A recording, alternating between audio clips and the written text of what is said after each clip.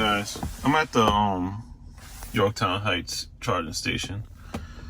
As I'm charging the car, I want to talk about the wireless charger. I don't know if it's just an isolated incident or if there's other, with this problem, but the wireless charger is not working the way it should. You put the phone down to charge, you have to finagle with it a little bit. Sometimes it works, but then there are other times where it's just not working at all.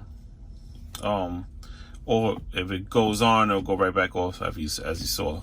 So is this just a problem with these wireless chargers? It comes with the Model Y? Or is it like an incident where it's probably defective and have to get replaced? If they all like that and it's just that's the way it made them, they just cheap, then I get it. But if it's something that maybe it's just get it replaced and that's it, then I'm willing to do that.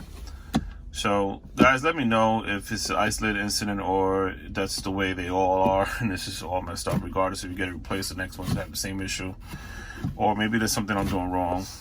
But yeah.